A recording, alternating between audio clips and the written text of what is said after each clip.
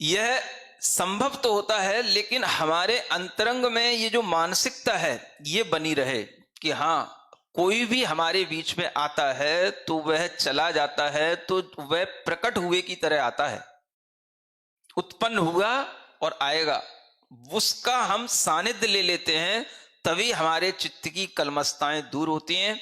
तो यहां पर आकर के आपका मन एक तरह से पूरा का पूरा चार्ज तो होता ही है, लेकिन मन के अंदर इतनी अच्छी भावनाएं, विचार उत्पन्न होते हैं कि जो आपके जीवन में निरंतर अगर बने रहें तो आपको कभी भी टेंशन, डिप्रेशन, ये शब्दों से कभी नाता पड़े ही नहीं।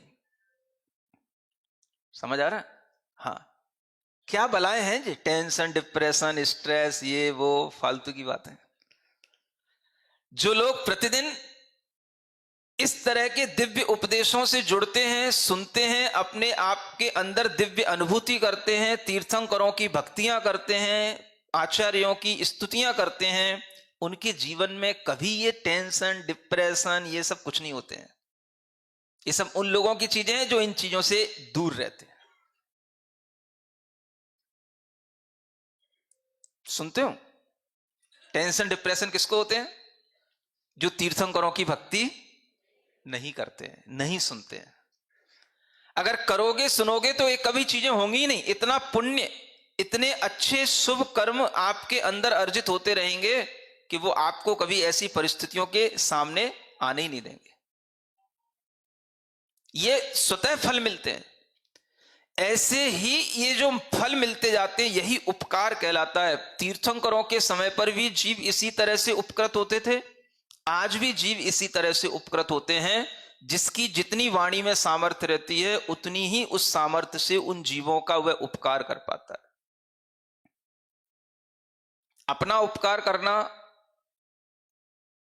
कई लोगों के लिए हो जाता है, लेकिन अपने उपकार के साथ में वो पर का भी उपकार कर पाए, ये शक्ति किसी किसी महापुरुष में ही होती है। इसलिए वह तीर्थंकर केवल ज्ञानी हो गए, ये बहुत बड़ी बात नहीं हो गई। मुक्त घनोपदेहो, माने उन्होंने अपनी कार्बन शरीर की जो घनीभूतता थी उससे तो मुक्त हो गए। ज्ञानावरण कर्म, मोहिनी कर्म, वो सब उन्हें हटा दिए, वो मुक्त हो गए। वो बहुत बड़ी बात नहीं है। उसके मुक्त होने से उन्हें केवल ज्ञान मिल गया, लेकिन भव्य जीवों का अगर कल्याण होगा तो किससे होगा? उनकी दिव्य वाणी से होगा। इसलिए बहुत से ऐसे भी केवली होते हैं जो सिर्फ केवल ज्ञान को प्राप्त कर लेते हैं, बोलते नहीं है या बोल नहीं पाते हैं, तो कल्याण अपना तो हो जाता है, पर का नहीं हो पाता। समझो, बोलने से, दिव्य वाणी से कितना उपकार जीवों का होता है कि समौ शरण में असंख्याते जीव बैठे रहते हैं और वह सब उनकी वाणी को सुनकर के अपने मिथ्यात्व को, अनंतानुबंधी कषायों को शांत कर लेते। बस उनके सुनने से ही शांत हो जाता है सब। कितनी कषायों से भरे हुए आओ, आप केवल बस 1 घंटा भगवान की स्तुति सुन लो, आपकी सारी कषाएं शांत हो जाएंगी, सारी भ्रांतियां दूर हो जाएंगी, चित्त बिल्कुल शांत हो जाएगा, हर चीज अच्छी लगेगी आपको, हर काम में मन लगेगा आपका। और चित्त उद्भ्रांत होगा तो आपका किसी काम में मन नहीं लगेगा। तो ये मत समझना कि हम केवल उपदेश सुनने आते हैं। मैं हमेशा ये कहता हूं, जो लोग उपदेश सुनने आते हैं वो 1 घंटा अपने मन की चिकित्सा कराने आते हैं, और उनके मन की चिकित्सा इतनी अच्छी हो जाती है कि वह उनके दिन भर काम आती है, और आगे जीवन में संस्कार बन जाए तो पूरे जीवन भर भी काम आती है।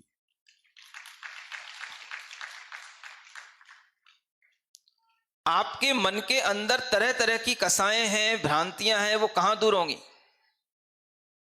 और कोई चिकित्सा नहीं है उसकी, सिर्फ यही चिकित्सा है। 1 घंटे आप अपने मन को अच्छे उपदेशों से जोड़ो, बस। समझ में आ रहा है? ये आपका अपने ऊपर उपकार है, और किसी का किसी के ऊपर उपकार नहीं है, आपका अपने ऊपर उपकार है। आपका मन अच्छा है तो सब अच्छा है। मन चंगा तो कटौती में गंगा, नहीं तो गंगा ही में जाते रहो, वहां पे कटौती ना मिले। तो बस यही बात है। तो यही चीज सीखने की होती है। इसलिए आप सभी लोगों को हमेशा कुछ नहीं आए कोई बात नहीं, लेकिन तीर्थंकरों की भक्ति करना आना चाहिए, है ना। ये जो छंद पढ़े जा रहे हैं, आप इन छंदों को स्मरण भी कर सकते हैं, याद भी कर सकते हैं, है ना।